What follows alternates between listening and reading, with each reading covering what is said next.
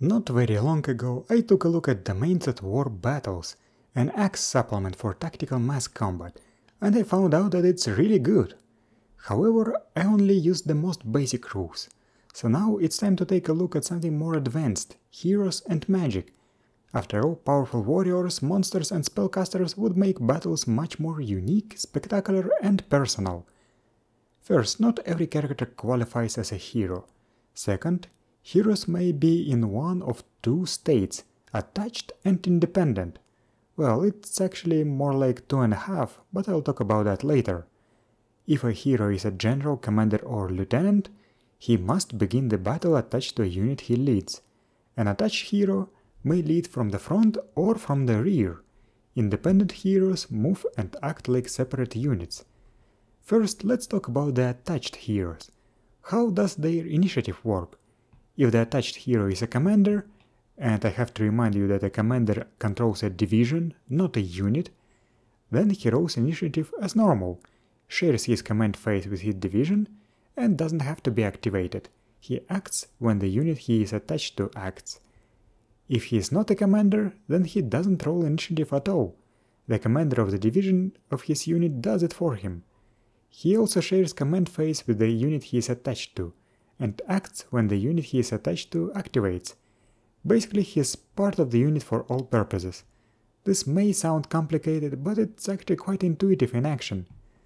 Attached heroes may lead from the front or from the rear. The basic rules that I showed off the other day assume that all heroes lead from the rear.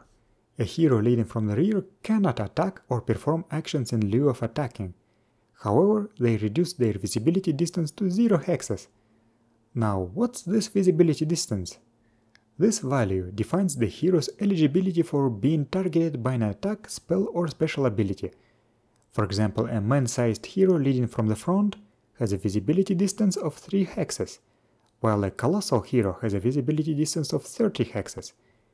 Heroes leading from the front are much less restricted in terms of actions, but, as I just said, are eligible targets for attacks. Speaking of actions, an attached hero moves with the unit he is attached to, and attacks at the same time as the unit he is attached to. If the unit performs an action in lieu of attacking, the attached hero does the same. However, this is where things get more complicated, because there is an exception. If the target unit has a hero attached to it that is within visibility distance, then your hero will target that hero, otherwise he targets the target unit. Let us demonstrate this graphically. A human unit with a hero leading from the front is attacking another human unit with a hero leading from the front. I'll place them at a distance from each other to draw arrows that would indicate targets. In this case, visibility distance is 3 hexes, so both heroes see each other. Thus, the unit attacks the unit, but the hero attacks the hero. What complicates things further is that each hero has 3 different blocks of statistics: unit characteristics, personal characteristics, and officer characteristics. In this case, when a hero attacks another hero, personal characteristics are used. Thus, the players unfurl their ACKS character sheets and resolve attacks as between characters. Now, in the second example, the target unit doesn't have a hero attached to it. Thus, both your unit and hero attack the target unit. However, in this case, your hero uses his unit characteristics. In the third example, your unit attacks an enemy unit that has a hero leading from the rear. In this case, visibility distance is 0 hexes, so despite being locked in melee, both your unit and hero attack the target unit, and the hero is unharmed. The hero uses his unit characteristics in this case. What I find interesting is that there seems to be no damage spillover.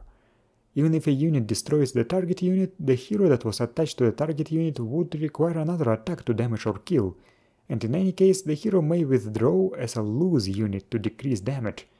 This greatly increases the survivability of heroes on the battlefield, which probably is a good thing. An attached hero may detach from a unit at the start of any initiative phase before the actual initiative roll is made.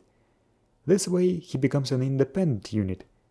Either I'm blind or there are no rules for switching between leading from the front or from the rear, but I assume that this switch can be done at the start of any initiative phase too, or maybe not? If you know the rules better, please tell me in the comments. Independent heroes also act a bit differently depending on whether they are commanders or not. Just like attached commander heroes, an independent commander hero rolls initiative for his entire division and shares command phase with it. However, he activates himself for free. An independent hero who isn't a commander effectively is a separate division with his own personal initiative and command phase. Of course, an independent hero cannot be activated more than once per round, otherwise things would have gotten silly. While independent heroes for the most part act like separate units, there are some significant differences. First, a hero may pass through friendly heroes and units without a penalty, and may even end his movement in the same hex as another friendly unit. If he starts his movement phase in the same hex as another friendly unit, he may attach to it, and complete his movement and attack sequences the next time this unit is activated. Does he attach leading from the front or from the rear? This isn't specified, but I assume that it's up to you. An independent hero threatens and is threatened by independent enemy heroes. A hero threatens enemy units but isn't himself threatened by enemy unit unless an enemy hero is attached to that unit. I assume that the latter is only applicable if the enemy hero is leading from the front, because it would make no sense for a hero to be threatened by an enemy hero whom he cannot even see. During his attack phase, an independent hero may attack, charge, defend, or ready to attack like a regular unit. However, there is a special rule to be mentioned. A hero may target an enemy hero instead of an enemy unit, if such hero is within visibility distance. And if such a tempting target presents itself, the hero must target it instead of a unit. As before, when attacking a unit, the hero uses his unit characteristics, and when attacking a hero, he uses his personal characteristics. Inversely, a unit cannot attack an independent hero unless the hero is visible and the unit has no other eligible targets available. In this case, every U HP of damage is converted to a whole bunch of personal HP of damage. Also, in lieu of an attack, an independent hero may use special abilities, magic items, or cast spells.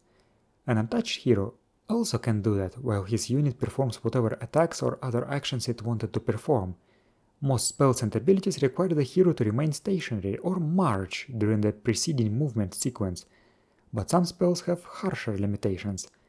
If the unit has creatures that can use special abilities or cast spells, all of them must use the same ability or cast the same spell, and the entire unit is considered taking an action in lieu of attack. However, these spells do not have to target the same target. Formations also mess up the lines of sight, so the maximum number of simultaneously cast spells may be lower than the number of spellcasters in a unit. For example, if a unit consists of 100 wizards, only 20 of them may cast spells at the same time. As for the spells and abilities themselves, they basically have different effects when used on the mass combat scale. Personally, I think that this is the only sensible way to treat magic in mass combat. Just come up with separate mass combat effects. So that's the gist of it. I left out some special rules and exceptions, but the core of the rules for heroes and magic in domains at war battles is pretty simple. It may sound complicated, but it seems quite intuitive in action. However, since I'm a GURPS player and not an ACKS player, the question of adaptation arises. I already outlined my suggestions for creating domains at war battles unit stats from GURPS stats, but here we also have to use personal characteristics for heroes. My first impulse is to just use the unit stats instead of personal stats and convert each UHP of damage into 2d points of injury on a personal level, but that may lead to unsatisfactory results.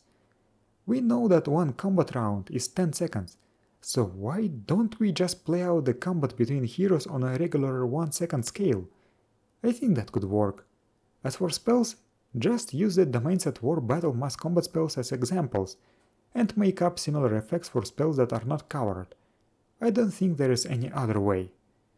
Overall, this is some very cool stuff. Apparently there is also a version of Domains at War Battles updated for ACKS 2 on the author's Patreon, but since I'm using ACKS2 not as a system but as an excellent source of inspiration, ideas and mechanics to adapt to my GURPS games, this update isn't important to me. Now, if only I had players interested in mass combat and domain management, I would be able to put all this to good use.